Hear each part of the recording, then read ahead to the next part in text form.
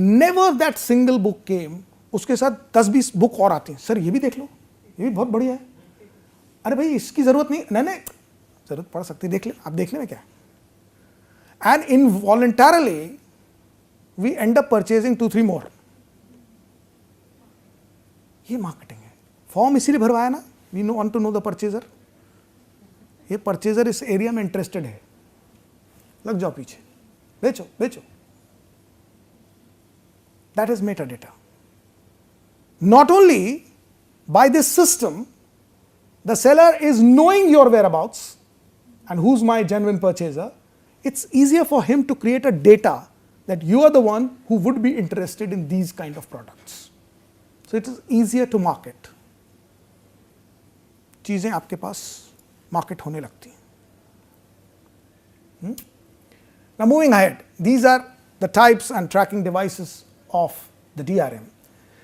We move ahead and we go to an area which is now further with the growth and developments, it was being felt that the conventional DRM methods may not be enough. So alternatives to DRM have been devised. There are alternatives to DRM. कमाल की बात यह है कि DRMs are still continuing, and these new, because as I said, tangible property rights are still continuing, the intellectual property rights added. The moment intellectual property rights were added, DRMs were added. And the moments DRMs are there, they are all, whatever is there is continuing. They are here to stay.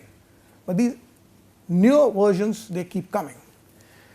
And the alternative to DRM is the one that there is a lot which thinks that DRM की जरूरत ही क्या है, आप original product को इतना cheap कर दो कि ये सब DRM करने की जरूरत ही नहीं पड़ेगी। आप देखिए, I'll just give you an example. जैसे मैंने कहा कि स्टेशन के बाहर रिबॉक, नाइकी मिलता है, हमारे रेलवे स्टेशन भी बड़े इनोवेटिव हैं। आप रेलवे स्टेशन के बाहर जाएंगे तो आपको हर नई मूवी की DVD अवेलेबल है। वो थिएटर में बाद में लग रही, इनके पास पहले।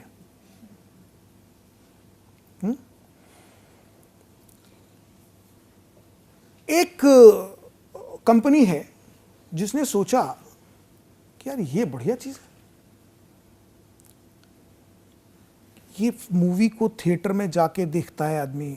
आजकल प्राइसेस भी टिकट्स के इतने ज़्यादा हो गए हैं कि 300 रुपये, 400 रुपये, 500 रुपये का। अब वो टब आप ले जाइए साहब, उसका popcorn, and many a times I found no difference between that ठेले वाला popcorn and this popcorn, but that 5 rupees popcorn here is available because आपको हम अंदर ले जाने नहीं देंगे। पानी भी चाहिए तो 100 रुपये की पानी की बोतल लेना पड़ेगी। ये जब ऐसी चीजें होती हैं तो आदमी ऑल्टरनेटिव्स ढूंढता है।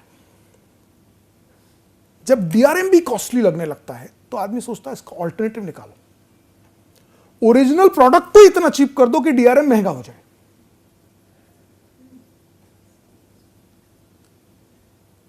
So that is an alternative to DRM.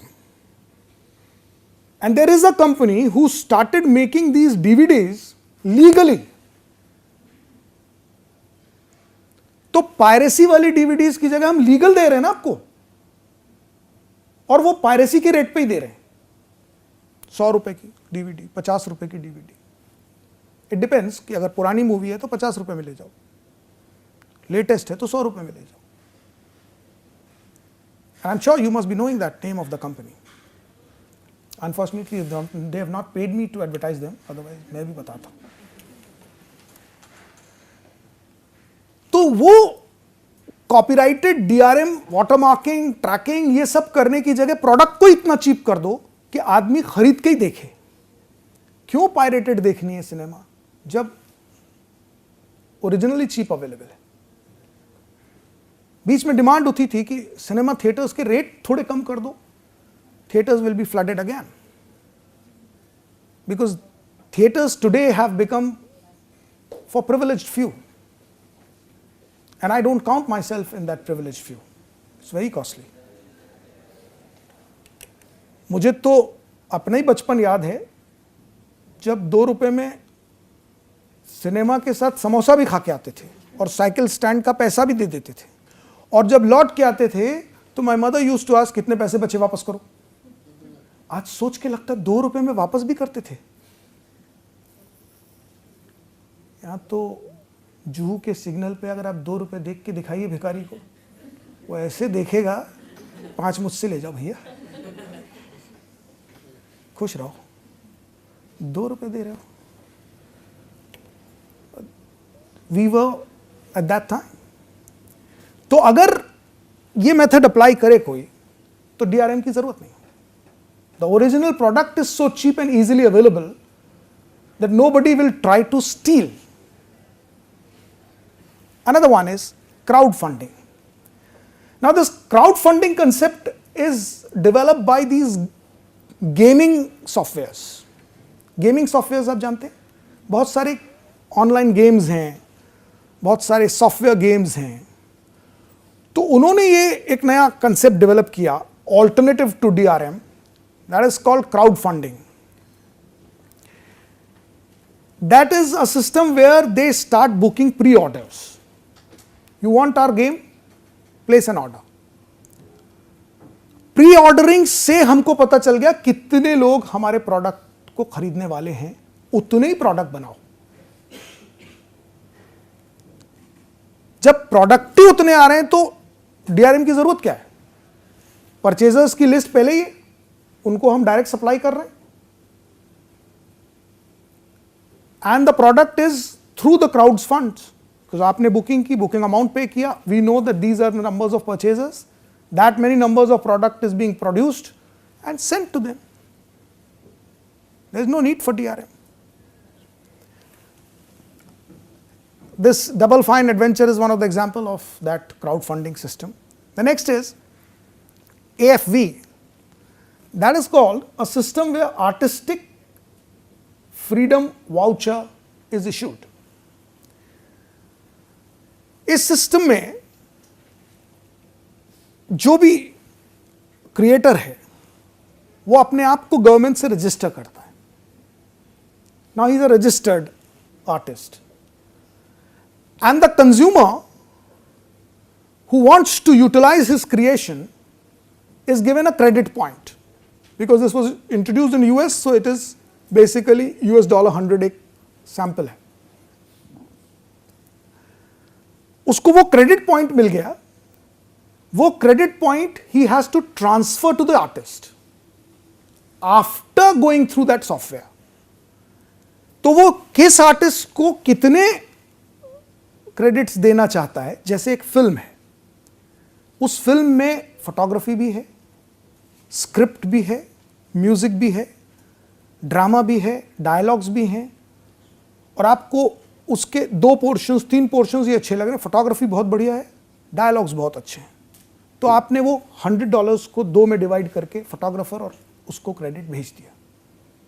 किसी की आपको म्यूजिक अच्छी लग रही है तो वो पोर्शन म्यूजिक में भेज दे. You can divide your credit points and send it. That is called artistic freedom voucher.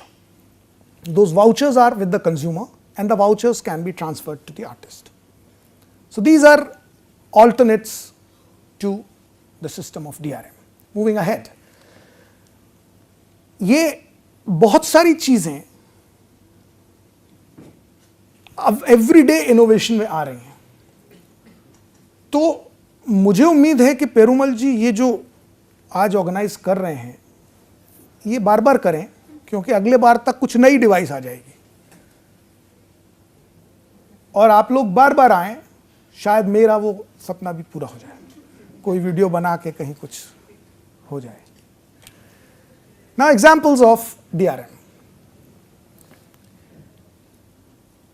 कहाँ कहाँ ये DRM कैसे यूज होता है और कैसे उसका बेनिफिट होता है।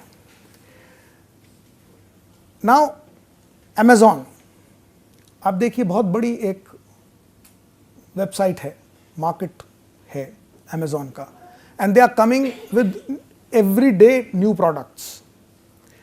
And I have somewhere read that Jeff Bezos, who's the owner of Amazon, has surpassed Bill Gates. So now he has become the richest person on the earth by just bringing these new concepts and having a properly placed DRM on his products. 2009 जुलाई में Amazon ने अपने website से John Orwell's की 1984 and animal farm नाम की 2 books withdraw कर ली। और कमाल की बात देखिए कि Amazon का एक प्रोडक्ट है Kindle। Now Kindle is a hardware, पर उस पर चलने वाला software you can only purchase through Amazon। आपने वो हार्डवेयर खरीद के सोचा कि मैं सॉफ्टवेयर कहीं और से लूंगा तो नहीं चलेगा। So the hardware is wedded to a software which is available only in Amazon। तो Kindle पर अपलोड किए जाने वाले books, and Kindle has its own library, so all your librarians may know that, उनकी अपनी लाइब्रेरी से कोई book आपको परचेज करनी है तो आप पेमेंट देते हैं, वो बुक Kindle पर डाउनलोड करते हैं, वो पढ़ते हैं और आप अपनी लाइब्रेरी में उसको स्टोर कर सकते हैं। पेमेंट देने के बाद 1984 an animal farm John Orwell की जिन्होंने खरीदी वो गायब हो गई। Even after making the payment, people realized that these two books vanished. See the control of DRM. And there was a lot of hue and cry. People raised voice that how that book vanished, which I purchased legally. And that's where this apology came, that unfortunately they said that John Orwell's books were unauthorizedly uploaded. That at the first place they did not seek permission, and maybe those books of 1984 and Animal Farm were copyrighted products. And in their zeal, they uploaded the copyrighted product without getting the proper permissions and without paying the royalty. So that is why they apologized that this has happened, and various kind of offers were later given, that in substitute of those books we can provide this.